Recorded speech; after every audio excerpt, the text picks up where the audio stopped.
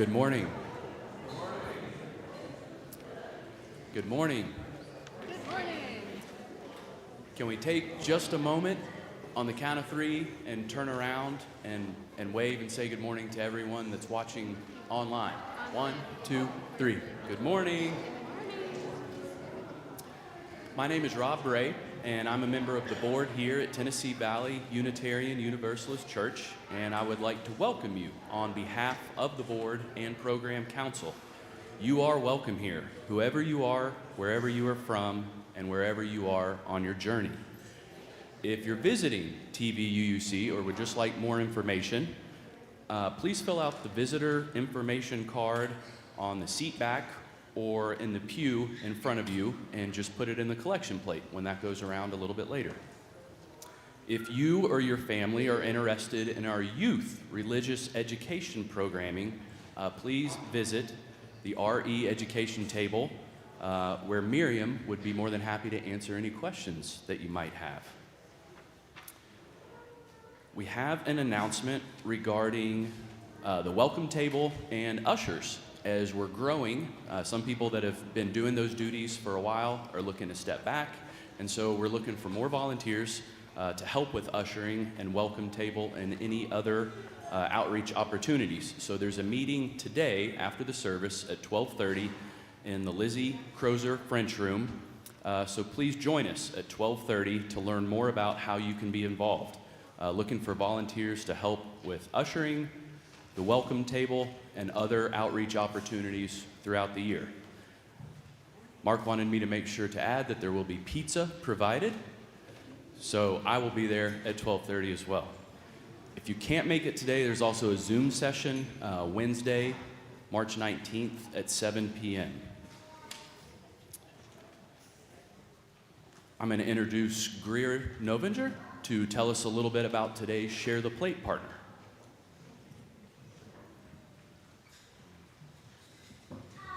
Good morning. How's everybody? Last week, Marjorie Thigpen Carter came and eloquently explained Justice Knox to you all and why donating today is very, very important. Justice Knox is a ground roots advocacy organization that advocates for policy in the city and the county governments.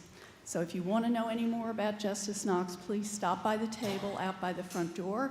We would love to talk to you. And also, please, we hope many, many of you have April 8th on your calendar to go to the Nehemiah Action Assembly at the Civic Auditorium. Numbers are important. It's a ground roots organization, and to have many, many people there as we ask the city and the county mayors to support our research and our issues and projects makes a huge difference. So we're hoping to have 1,500 people, and we would love for each of you to be one of those 1,500. So thank you very much, and give generously.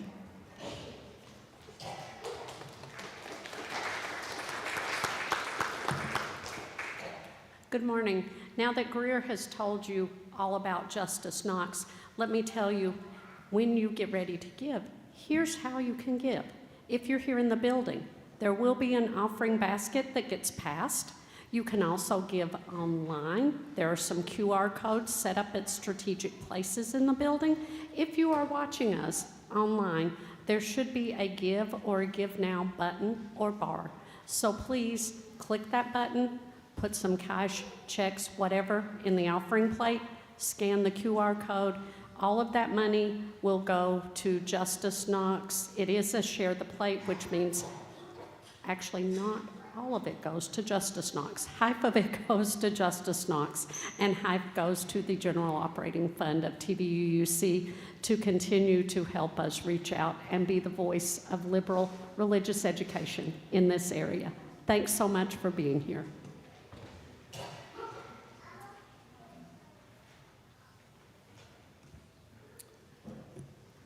All right, please feel free to join after the service for coffee and conversations in the fellowship hall or the patio. Enjoy some of this beautiful spring weather. And if you haven't already done so, please silence any electronic devices as we enter into worship.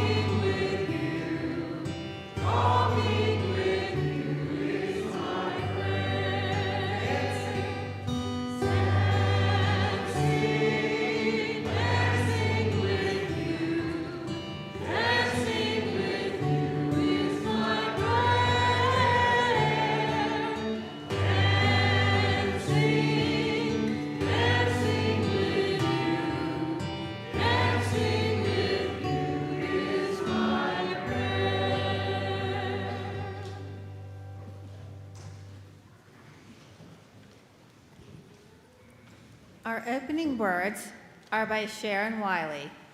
You are never alone. It is okay to be tired of change. It is okay to be tired of everything different. Okay to feel weary of resiliency and wholeness and learning and growth. And okay to yearn simply for rest. It's okay to be grouchy and unsatisfied, and all the ordinary human ways of being that we are. Let this morning be a reminder that you are loved. Let our time together soothe what is restless in you. May you be comforted in knowing that whatever you are feeling today and other days, you are not alone. You are never alone. Come, let us worship together.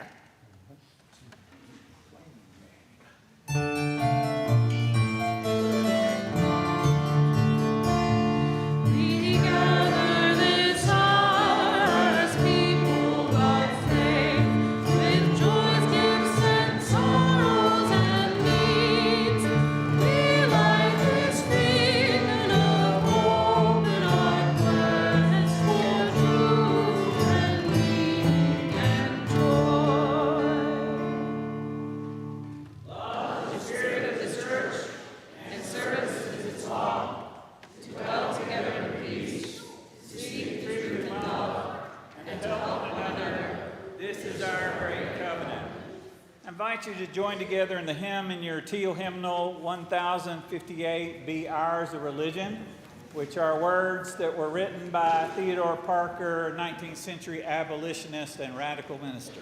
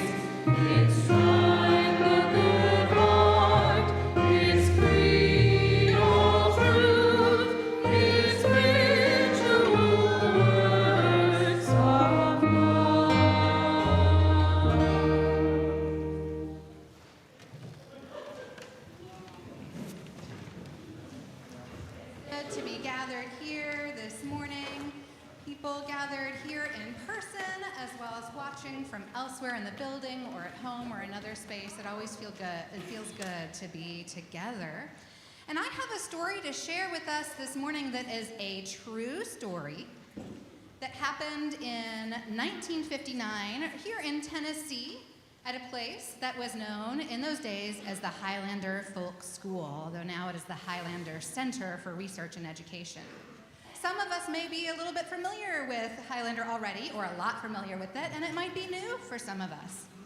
Now, in 1959, in those days, there were things going on in the world that many people thought were not okay. Are there things going on in the world today that many people think are not okay? Yeah, there are now too. But in those days, it was against the law for black and white people to go to public schools together, or to sit at lunch counters together, or to work together, or to get married if they fell in love. And the people at Highlander thought, along with many other people, that that was nonsense, that that was not okay. Yeah, and they did a lot of work in those days on helping spread and work towards a world where everybody understood that we should be able to learn together and be in community together and work for justice together. Now, this story that happened in 1959 happened when a group of high school youth from a choir in Atlanta, Georgia, were visiting the Highlander Folk School, and they were staying there overnight. And one of the things that they did while they were there in the evening, while they were having some social time together, they were watching a movie together. Has anybody here ever seen a movie? Now, if you are watching a movie, you probably want to be able to see the image pretty well, and so they had all the lights turned down so that they could see the projection really well in their main hall. And so they were watching the movie together and having a good time, and then something that they did not expect happened. All of a sudden, a bunch of cars roared up outside, and men with flashlights came out of the cars and burst into the building. It was a raid. It was some vigilantes and likely some police officers, but nobody was in uniform, and they didn't say who they were. Their intent was to scare the people at Highlander, to threaten them, to force them to stop the work that they were doing. But something happened that they didn't really expect, because when they burst in, somebody stopped the projection of the movie. But what do we know about what it was like in that room? It was dark. The lights had been turned off. So as soon as the projection of the movie stopped, the room became completely dark. Now, the men who had burst in, none of them had ever been to Highlander before, and they realized they had a problem because none of them knew where the light switches were. And they began yelling at the kids to turn the lights on, but nobody moved a muscle. Their intent was to scare those kids and to scare the people at Highlander. And in the darkness and the time that legitimately was really scary, do you want to know what those kids did? They began to sing. They began to sing a song that some of us may be familiar with, a song called "We Shall Overcome," that was popularized by Pete Seeger, who had learned it at the Highlander Center. And they began to sing, "We shall overcome. We shall overcome. We shall overcome someday. Oh, deep in my heart, I do believe we shall overcome someday." There in the darkness, those youth sang. They sang more verses. They sang verses about walking in peace, living in peace, about being free. And then, in the darkness, a 15-year-old girl who was there began to sing new words that had never been part of that song before. And as she sang, the other kids began to join her, and they sang, "We are not afraid. We are not afraid. We are not afraid today. Oh, deep in my heart, I do believe we shall overcome someday." The men who had burst in had intended to scare these kids and the people who were there, but instead, it was they who began to feel kind of nervous. And do you want to know what happened? After a little while, they turned around and they walked out of the building and got in their cars and they left. And the kids learned something that night about being strong and brave if you stick together, and about using words and language and music to reassure yourself of the values that are central to you. And those words, that new verse to the song, became part of the song that is often sung still to this day when people sing, "We shall overcome." And so we remember the young people who brought those words to all of us. And that is our story for this morning. And so as we head to those who are going to our religious exploration spaces, our learners and leaders, as we head out, we will sing our religious exploration recessional. Thank you.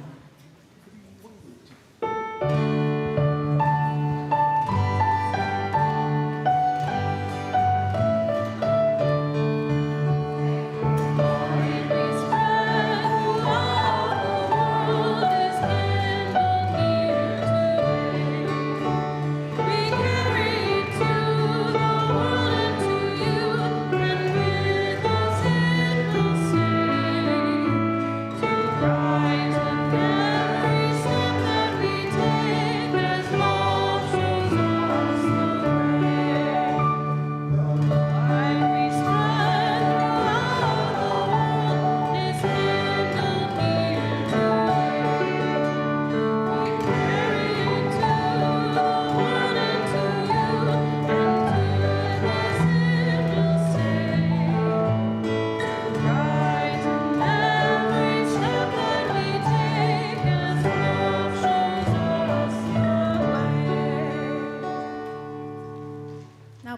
join me in responsive reading 468 in the back of the gray hymnal, We Need One Another.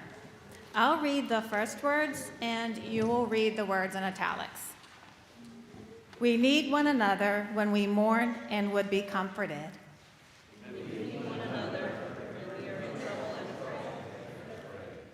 We need one another when we are in despair, in temptation, and need to be recalled to our best selves again. We need one another when we would accomplish some great purpose and cannot do it alone. We need one another in the hour of success, when we look for someone to share our triumphs. We need one another in the hour of defeat, when with encouragement we might endure and stand again. We need one another when we come to die and would have gentle hands prepare us for the journey. All our lives we are in need, and others are in need of us.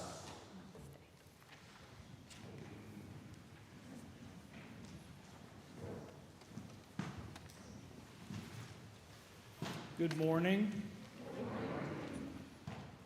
And to everyone here in the church and to everyone watching on the live stream, welcome. Reed Franks is home from the hospital recovering from a hemorrhage in his leg. Reed and Carolyn are grateful for the support of their children, their friends, their neighbors, and the members of TVUUC for all their support. Rich Davis has the joy to share as he takes his two daughters, Tressa and Caitlin, to Turkey next week and to the village in rural Turkey where he served during his time in the Peace Corps from 1968 to 1970. He made this journey last year with Miriam and Owen, and now he gets to introduce his daughters to Turkey and to the people he knew and worked with in Alaşehir more than 50 years ago, and to their children and grandchildren. We wish everyone safe travels. Güle güle. And that's about the extent of my Turkish. So it means goodbye. Karen Krogh, a lifetime friend of this congregation and the daughter of Henry and Margaret Krogh of blessed memory, is recovering at home here in Knoxville after her knee replacement surgery last week. We are sending healing energy to Karen. And on the next 2 Saturdays, we will be gathering in this sanctuary to celebrate the lives of 2 members of this community. The memorial service for Dan Bing will take place at 10:30 next Saturday, March 22nd.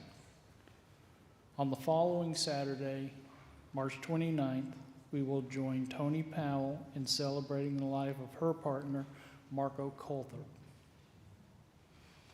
And this from Trish and Captain Chance Adams from 2 days ago. There are special days and then there are epic days. Today was epic. Clayton Holmes and Make-A-Wish partnered to host a reveal party for Captain Chance today to announce his wish had been granted. Trish added, Chance's wish to stay at Give Kids the World, a special resort for kids battling life-threatening illnesses, to visit Legoland and Jurassic World and Universal Islands of Adventure and swim with dolphins. All of his wish has been granted and he gets to go to Disney World as a bonus. Trish says, Orlando, here we come.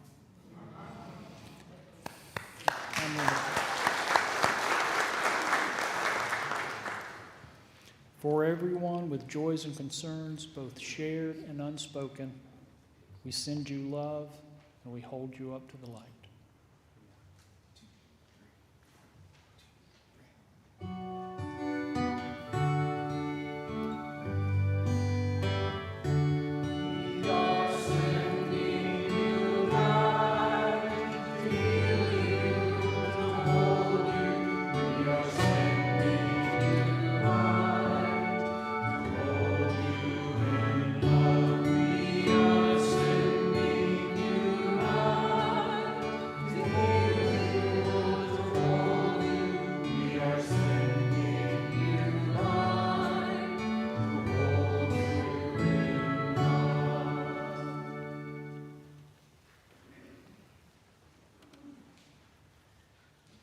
Our prayer for this morning was written by Leslie Takahashi.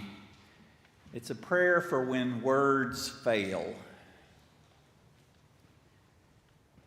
This is a prayer for when words fail, for when they are not big enough or small enough to slip into the little cracks left in our hearts by life's unbearable pressures. This is a prayer for when we must sit with our breath, a prayer for our wounded hearts and bodies, for those whom we ought to always remember but sometimes forget. This is a prayer that begins with gratitude for what we can understand and know, and ends with humility, which reminds us that not all is ours to understand. This is a prayer for those times when words fail and all is left is yes or no, and our ability to let the cord of the breath lead us from this moment to the next. This is a prayer for all who have been lost, that in our memory they might be found again. May we be the ones that make it so. This is a prayer that leads us into silence.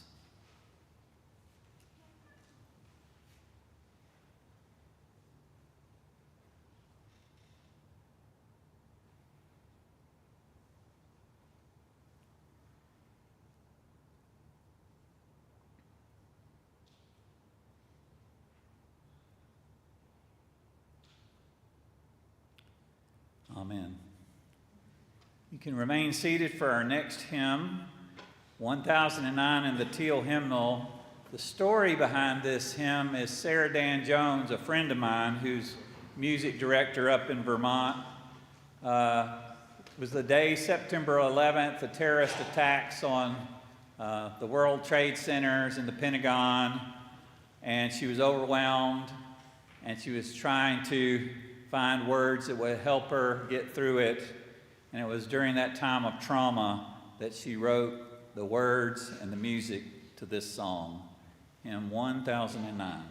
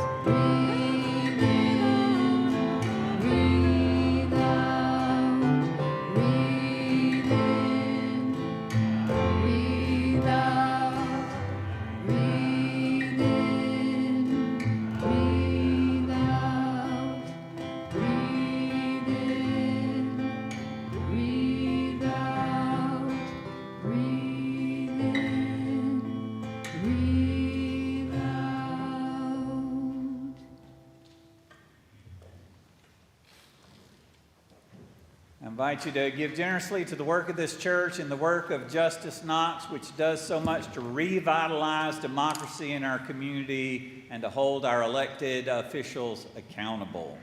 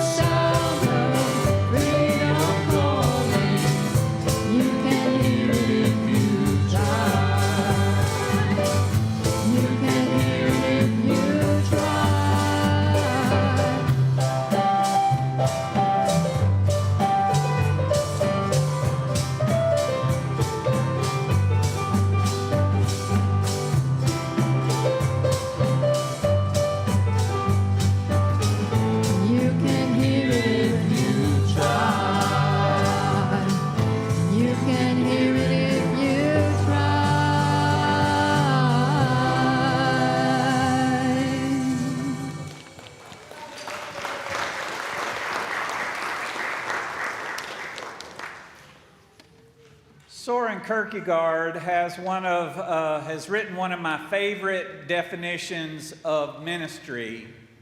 He said, people get the idea that a preacher is an actor on a stage and we are the critics or the fans. But that's not the way it really is. The preacher is a prompter, standing in the wings, reminding us of our forgotten lines. I love that image of the minister as prompter, and possibly because when I was in high school and college, I had experience as an actor, and I was always grateful for the prompter who could remind me of my forgotten lines, a special unseen role. But if you take that definition of ministry seriously, then it means that being a preacher is not so much about having great innovative thoughts or groundbreaking new views on any given subject. The role of the preacher is to remind us of the stuff we have a tendency to forget, to remind us of the stuff that we already know. Now, if you have a favorite television show, and you've ever got it on DVD, you'll notice that one of the extra features is often the bloopers. All the times where the actors forgot their lines. And I've been recently rewatching the TV series, The Big Bang Theory, and I love watching all the times people mess it up. They start off saying it right and then just get it wrong. And it just illustrates how important it is for us to get help. To get help when we need it, to remember our lines. Now, I grew up in the Episcopal Church, a denomination in the Christian tradition, and I'm a minister's son, a preacher's kid, and so one of the things that lets you experience is the underbelly of church politics. And from a kid's perspective, because people don't always know you're paying attention or listening. And I remember one particular conflict in this small church, St. Francis Episcopal Church, where my dad is a minister, over whether to get a new organ. And as I watched the adults debate this issue, it occurred to me that whatever emotions were in the room, if they weren't hate, they were getting close to it. They're getting close, the kind of anger and the kind of emotion that was getting there a little bit too close. And so one of the lines I was thinking even as a kid and a teenager, one of the lines I think we would forget in the Episcopal Church were the words that Jesus said at the Last Supper, "A new commandment give I unto you, that you love one another as I have loved you. By this all shall know you are my disciples." It's all about love. That's at the heart of it. We need to remember that when we talk about whether we need a new organ or not, or whatever the contentious issue of the day. One of the things I think is important for us to remember those lines is because when you remember those lines, you remember that religion isn't about thinking in a certain way or believing in a certain way. It's about loving in an extraordinary way. It's about what we have in our hearts. And I think those lines are good to remember regardless of our religion. I think we can gain wisdom from all the world's religions. Although I will sometimes say in the Unitarian Universalist Church, we believe we can learn from all the world's religions except for the one we grew up in. But this can be a word, this line helps me. It comes from the religion I grew up in, and it helps me and I repeat it to myself periodically. And that's one of the reasons I like the affirmation that we say in the beginning of our services. Love is the spirit of this church. These are lines we can forget. Love is the spirit of this church, and service is its law. to dwell together in peace, to seek the truth in love, and to help one another. I was talking with a member of our church in the coffee hour before the service, and she said whenever someone asks her what Unitarian Universalists believe, she begins with that statement. And that's actually how I begin also. It's a very simple way to describe what we believe. It's kind of a litmus test.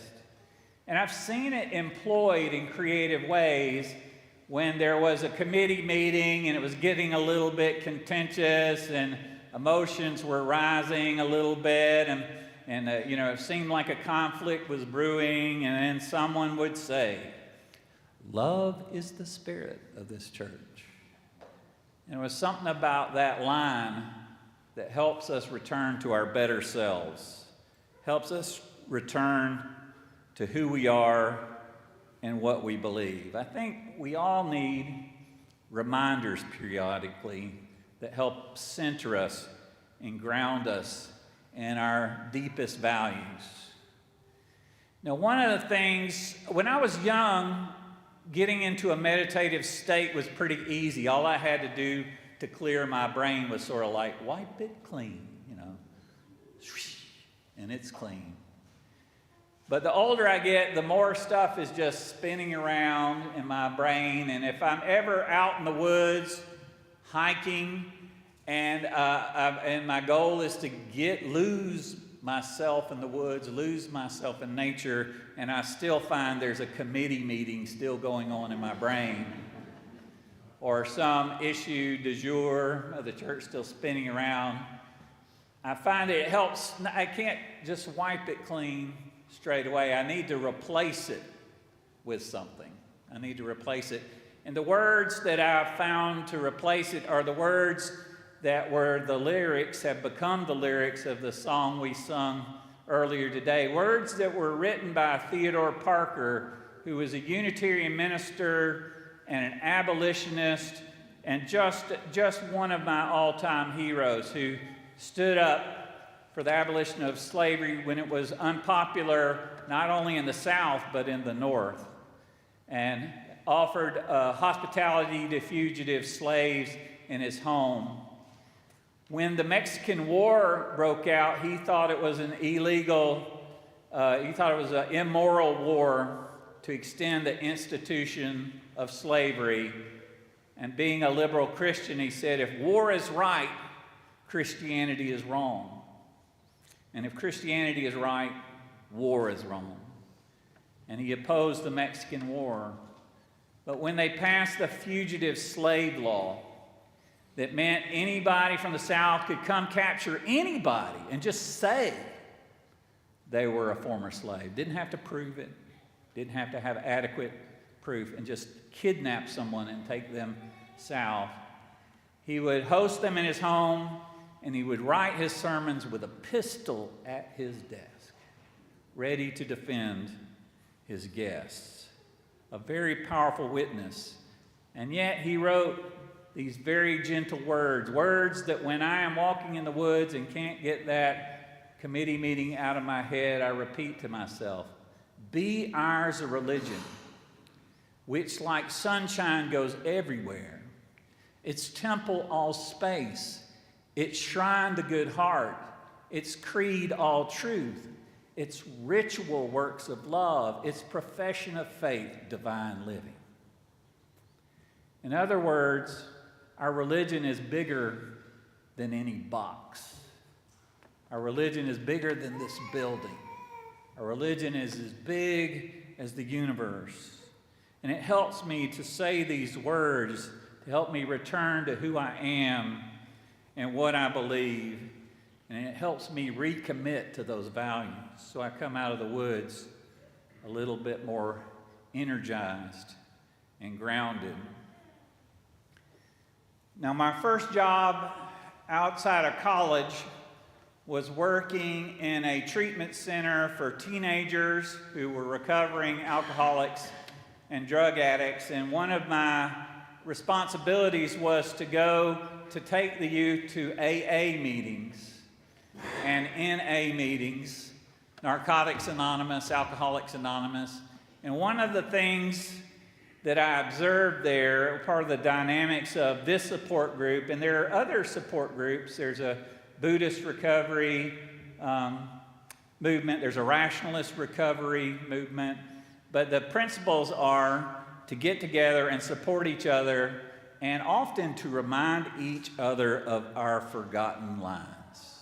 So you'll hear people say familiar words like one day at a time, progress, not perfection, easy does it, accept the things we cannot change and have the courage to change the things we can. It was going to those AA and NA meetings and participating in some small groups in the Unitarian Church as a new member, support groups that were grounded in spiritual principles that helped me when I signed up for a class called Build Your Own Theology. And one of the exercises was they gave us an index card and they said, write down your personal definition of the word God. And because it's a Unitarian church, you don't have to do it. Nobody's going to make you.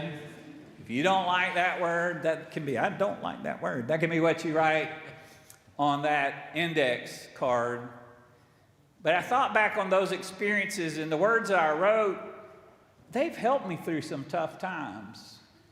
I said, whenever two or more are gathered to love and support and encourage each other, there's a power greater than ourselves that can renew, restore, and sustain us. And that is my definition of God, and it has got me through tough times. That's one of the things I find about that definition. It doesn't have to be, a beautiful day. It doesn't have to be one of those moments where we all get along. It can be one of those moments that get us through grief and loss, a call to love and support and encourage each other and tap into something bigger than ourselves as we do it. Remembering our forgotten lines. About a decade ago, I went to visit my old summer camp, YMCA Camp Ocoee, just down the road in Middle Tennessee, south of Chattanooga on Lake Ocoee. And I went because the person who was camp director when I was a kid had just come back and was the camp director again. So I wanted to go see him, and I was walking around the camp looking for him, and I heard him before I saw him. I heard a big booming voice say, "You have to wear your life jackets if you're going to be in the canoes." And that voice, I heard that when I was 7 years old. I'd heard that voice. He'd been saying the same thing for years and years and years. And ever since then, I told him, I said, you found the right job when you don't get tired of saying the same thing over and over and over and over again. Ministry is like that. St. John was said to give long, learned sermons that went on and on and on as a young man, but as an old man, they would sort of cart him out to say something, and he would just say, love one another, love one another, love one another. Our forgotten lines, the lines that we all too often forget. So we are going through challenging times as a country and as a world. I have friends in many different parts of the world, so I know how challenging this is, not only in Knoxville and not only in Washington or Nashville, but all over the world. All over the world. And we need to remember our forgotten lines, and that's why I thought it was so important that Catherine reminded us of that story of the Highlander Center. A Highlander Center that brought in Martin Luther King and Rosa Parks and John Lewis before anybody knew their names, and helped them begin to reflect on what it is to make a difference. Brought in people who weren't famous yet and helped them learn. And when the state And that's where we are now, when the state is trying to quash freedom and quash civil liberties. The children began to sing, "We are not afraid. We are not afraid. We are not afraid today." Those are our forgotten lines, words that'll help us get through the days ahead.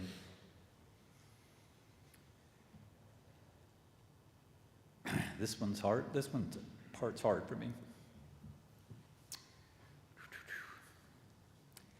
I remember the weekend that my mom died, and it was unexpected.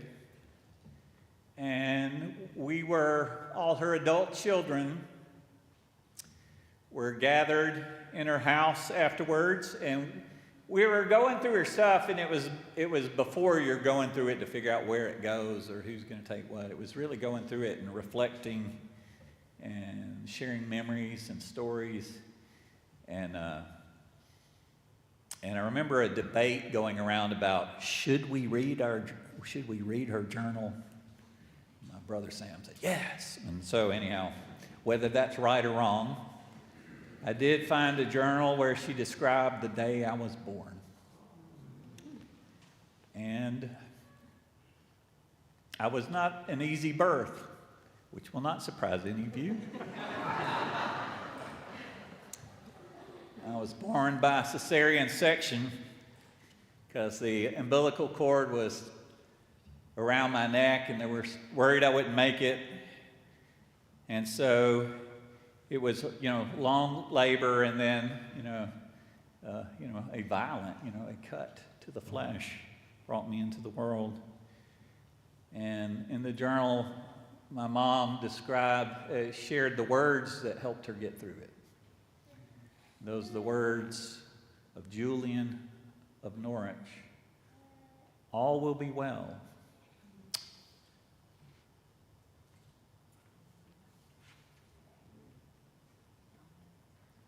All will be well, and all manner of things will be well.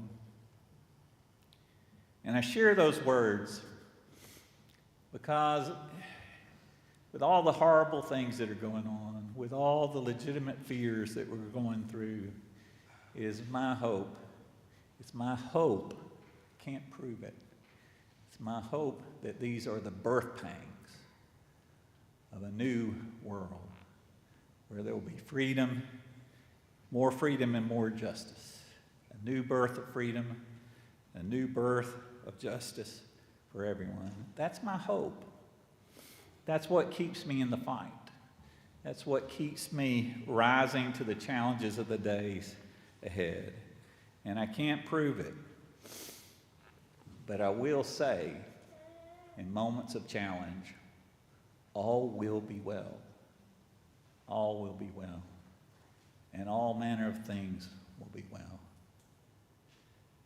And I want to end by sharing words that I often repeat to myself, and I've done this in our church, and my kids know because I lead them in this call and response thing all the time. These are my favorite words.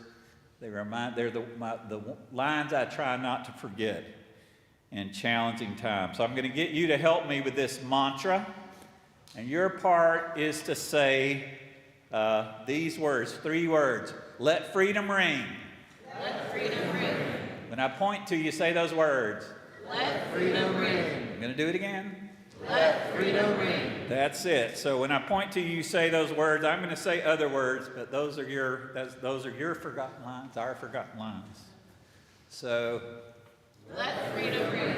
From the prestigious hilltops of New Hampshire, let freedom ring. From the mighty mountains of New York, let freedom ring. From the heightening Alleghanies of Pennsylvania, let freedom ring. From the snow-capped Rockies of Colorado, let freedom ring. From the curvaceous slopes of California, let freedom ring. From Stone Mountain of Georgia, let freedom ring. From Lookout Mountain of Tennessee, let freedom ring. From every hill and molehill in Mississippi, from every mountainside, let freedom ring. You will recognize those as the words of Dr. King that ends the I Have a Dream speech. Words that I repeat to myself and have taught my children and have teaching you now and have taught before to help us get through times. Because when we remember those words, we speed up the day when all God's children,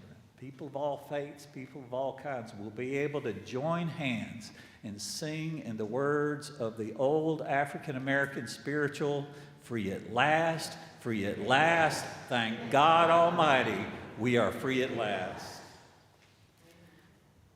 Let us end by singing words that will help us remember our forgotten lines. Love will guide us. Hymn 131 in the gray hymnal.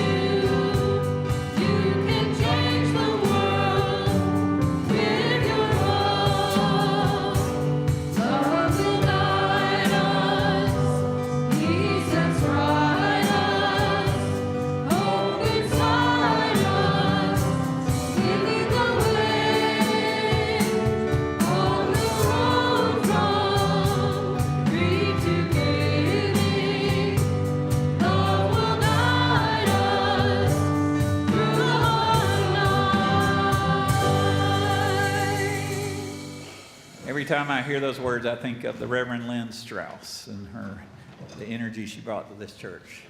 Prophetic Church, the world awaits your liberating ministry. Go forward in the power of love. Proclaim the truth that makes us free.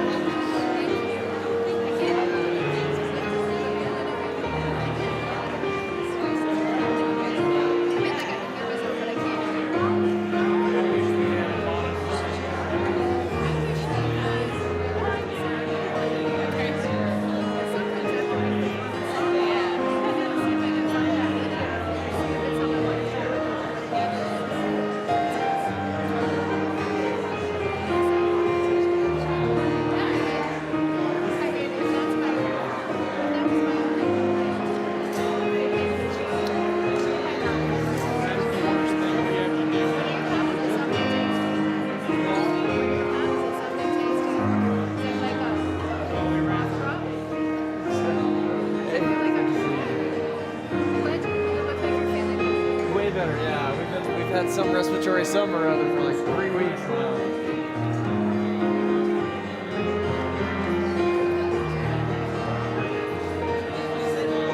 I'm back.